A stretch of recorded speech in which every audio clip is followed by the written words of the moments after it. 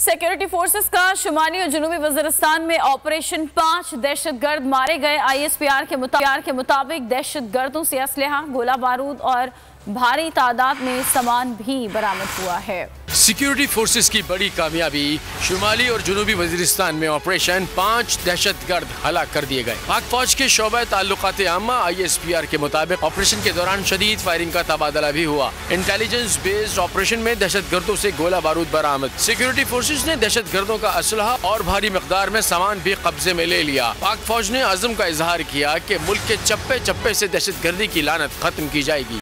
को चेयरमैन बोल न्यूज शुएब शेख को गिरफ्तार कर लिया गया है। बोल के को चेयरमैन शुएब अहमद शेख को इस्लामाबाद एयरपोर्ट से एक ऐसे केस में गिरफ्तार किया गया जिसमें ना ही रिश्वत लेने का कोई सबूत है, ना ही देने का। एक जज साहब पे इल्जाम लगाया कि जी ये जो बरियत हुई थी ना, ये जज साहब ने रिश्वत ली है।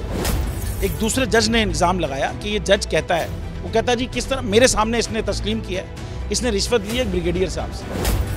ब्रिगेडियर साहब कहते हैं मैंने कोई रिश्वत नहीं दी भाई, मैं जानती नहीं जज को। वो जज साहब कहते हैं जी ऐसी कोई चीज़ नहीं है।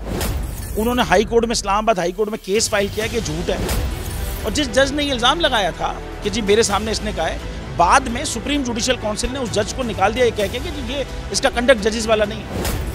किसी के साथ कुछ नहीं हुआ, लेकिन हमारा केस उनका फिर सुना जाएगा। उफ क्या जुल्म।